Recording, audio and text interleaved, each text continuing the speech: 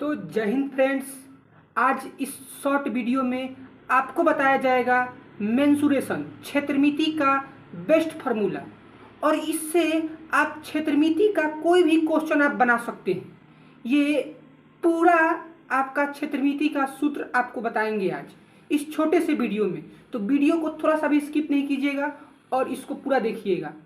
देखिए, क्षेत्रमिति में दो प्रकार के चित्र होते हैं, एक 2D वस्तु, एक 3D वस्तु। 2D वस्तु जिसमें लंबाई और चौड़ाई होता है, जैसे आपका वर्ग आ जाएगा, आयत हो जाएगा, वृत्त हो जाएगा, त्रिभुज हो जाएगा। त्रिभुज, वृत्त, अर्धवृत्त, ये सब 2D वस्तु है। और 3D वस्तु जिसमें लंबाई, चौड़ाई, ऊंचाई तीनों हो, जैसे आपका घन हो जाएगा, घनाभ हो जाएगा, बेलन हो जाएगा, शंकु हो जाएगा, गोला हो जाएगा। तो इस सभी का आपको सूत्र बताएंगे और एक ट्रिक से बताएंगे जो आपको फार्मूला याद करने में दिक्कत नहीं होगा। तो वीडियो जल्दी से देखते हैं, ध्यान दीजिए। सबसे पहले यहाँ पे लिखा है त्रिभुज का क्षेत्रफल। तो कोई भी त्रिभुज का अगर उसका आधार और ऊंचाई दिया हो तो उसका सूत्र होता है 1/2 आधार गुने ऊंचाई। त्रिभुज का क्षेत्रफल का होता है 1/2 आधार गुने ऊंचाई। अब ध्यान दीजिए, अगर तीनों भुजा ज्ञात हो, अगर ये ए है, ये बी है, ये क्या है, सी है, अगर त्रिभुज का तीनों भुजा ज्ञात हो तो उसका सूत्र होता है √under s into S minus A into S minus B into S minus C. ये इसको हीरोन का सूत्र भी कहा जाता है। ये सूत्र कब लगाना है? जब तीनों भुजा ज्ञात हो। और s मतलब अर्ध परिमाप, तीनों भुजा का योगफल बटा में 2। अब देखिए, आते हैं वृत्त का क्षेत्रफल। वृत्त का क्षेत्रफल किसे कहते हैं? तो वृत्त का क्षेत्रफल होता है πr² और वृत्त का परिमिति 2πr। और अर्धवृत्त का क्षेत्रफल होता है, इस पूरे क्षेत्रफल में 2 से भाग दे देंगे, 1/2 πr²। और अर्धवृत्त का परिमाप πr + 2r। इस छोटे से क्रैश कोर्स वीडियो में आपका पूरा मेंसुरेशन का फॉर्मूला समाप्त होने वाला है। देखते रहिए वीडियो को और ध्यान दीजिए। त्रिज्या के खंड को त्रिज्या खंड कहते हैं। तो उसका सूत्र होता है कि जो क्षेत्रफल होता है πr², उसमें लगा देंगे θ/360। तो ये हो जाएगा त्रिज्या खंड का क्षेत्रफल। उसके बाद चाप, चाप मतलब होता है परिधि का एक टुकड़ा, परिधि का एक टुकड़ा। तो उसका परिधि में θ/360 मतलब 2πr θ/360। अब ध्यान दीजिए, उसके बाद आता है वलय। वलय मतलब कि दो वृत्त है और वो जो रास्ता है, जैसे फील्ड होता है उसका रास्ता है, उसको वलय कहते हैं। तो वलय का क्षेत्रफल होता है पाई बड़ा r² माइनस छोटा r²। और त्रिज्याखंड का परिमिति, तो त्रिज्याखंड 2 गो r आएगा और चाप आएगा, तो 2r + चाप। वृत्तखंड का क्षेत्रफल, वृत्त के खंड को वृत्तखंड कहते हैं। तो उसका क्षेत्रफल होता है r² into pi θ/360 minus 1/2 sin θ। लहरों से डरकर नौका पार नहीं होता और कोशिश करने वालों की कभी हार नहीं होता। तो वीडियो देखते रहिए, क्योंकि इसमें मेंसुरेशन का ऑल फॉर्मूला बताया जाएगा और एक्स्ट्रा फॉर्मूला भी बताया जाएगा।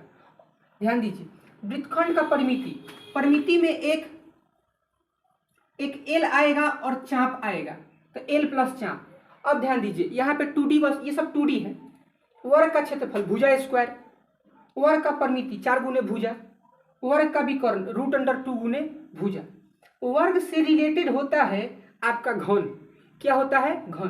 तो घन का क्षेत्रफल होता है 6 गुने भुजा² और आयतन होता है भुजा क्यूब और उसका विकर्ण होता है √3 गुने भुजा। अब ध्यान दीजिए, यहाँ पे आयत, आयत का क्षेत्रफल होता है लंबाई गुने चौड़ाई। आयत का परिमिति 2 इंटू लंबाई प्लस चौड़ाई। आयत का विकर्ण होता है √अंडर लंबाई² प्लस चौड़ाई²। और उसके बाद अब आते हैं चतुर्भुज। कोई भी चतुर्भुज है उसका क्षेत्रफल निकालने का सूत्र होता है आधार गुने ऊंचाई। और 4 दीवारों का क्षेत्रफल होता है 2 इंटू लंबाई प्लस चौड़ाई इंटू ऊंचाई। सम चतुर्भुज, वो समांतर चतुर्भुज जिसका सभी भुजा बराबर हो, तो उसका सूत्र होता है 1/2 पहला विकर्ण गुने दूसरा विकर्ण। समलंब चतुर्भुज का क्षेत्रफल 1/2 समानांतर भुजाओं का योग गुने में ऊंचाई। अब ध्यान दीजिए, उसके बाद है घनाभ। घनाभ का सूत्र होता है क्षेत्रफल का 2 इंटू LB + BH + HL। घनाभ का आयतन होता है L गुने B गुने H। घनाभ का विकर्ण root under l square plus b square plus h square. बेलन का वक्र पृष्ठ 2 पाई आर एच। बेलन का पूर्ण पृष्ठ 2 pi R into R plus H. बेलन का आयतन पाई आर स्क्वायर एच। खोखले बेलन का आयतन पाई एच आर स्क्वायर माइनस छोटा आर स्क्वायर। यहाँ पे इसको ए स्क्वायर माइनस बी स्क्वायर को फॉर्मूला पर तोड़ सकते हैं तो हो जाएगा ए प्लस बी इंटू ए माइनस बी। गोला, गोला मतलब 4 गुबरी, तो 4 गुबरी मतलब 4 पाई आर स्क्वायर। इसका आयतन होता है 4/3 पाई आर क्यू। खोखले बेलन का आयतन 4/3 पाई बड़ा आर क्यू माइनस छोटा आर क्यू। अब ध्यान दीजिए, आपका अर्धगोला होता है, अर्धगोला का होता है वक्र पृष्ठ 2 पाई आर स्क्वायर और अर्धगोला का पूर्ण पृष्ठ होता है 3 पाई आर स्क्वायर। देखिए गोला में सेम होता है, वक्र पृष्ठ पूर्ण पृष्ठ सेम होता है, लेकिन अर्धगोला में आपका अलग अलग। अर्धगोला का वक्र पृष्ठ 2 पाई आर स्क्वायर, अर्धगोला का पूर्ण पृष्ठ 3 पाई आर स्क्वायर, अर्धगोला का आयतन 2/3 पाई आर क्यू। खोखले अर्धगोला का आयतन ये नहीं होता है। शंकु का वक्र पृष्ठ पाई आर एल, शंकु का पूर्ण पृष्ठ pi R into R plus L, शंकु का आयतन 1/3 pi H R1 square plus R2 square plus R1 into R2। तो वीडियो को यहीं पे समाप्त करते हैं। आपको सभी सूत्र बता दिया गया है, सिर्फ छीनक भी बता देते हैं। छीनक का वक्र पृष्ठ होता है pi L R1 plus R2। छीनक का पूर्ण पृष्ठ pi L R1 plus R2 plus pi R1 square plus pi R2 square. और जो शंकु का आयतन होता है वही छीनक का आयतन होता है 1/3 pi H R1 square plus R2 square plus R1 into R2। तो इसी के साथ वीडियो को समाप्त करते हैं। ऐसे ही ट्रिकली वीडियो, शॉर्ट वीडियो और आपको नॉलेज वीडियो पाने के लिए इस चैनल को सब्सक्राइब कीजिए और लाइक कीजिए। वीडियो थोड़ा सा भी अच्छा लगे तो प्लीज़ लाइक कीजिए। धन्यवाद। जय हिंद दोस्तों।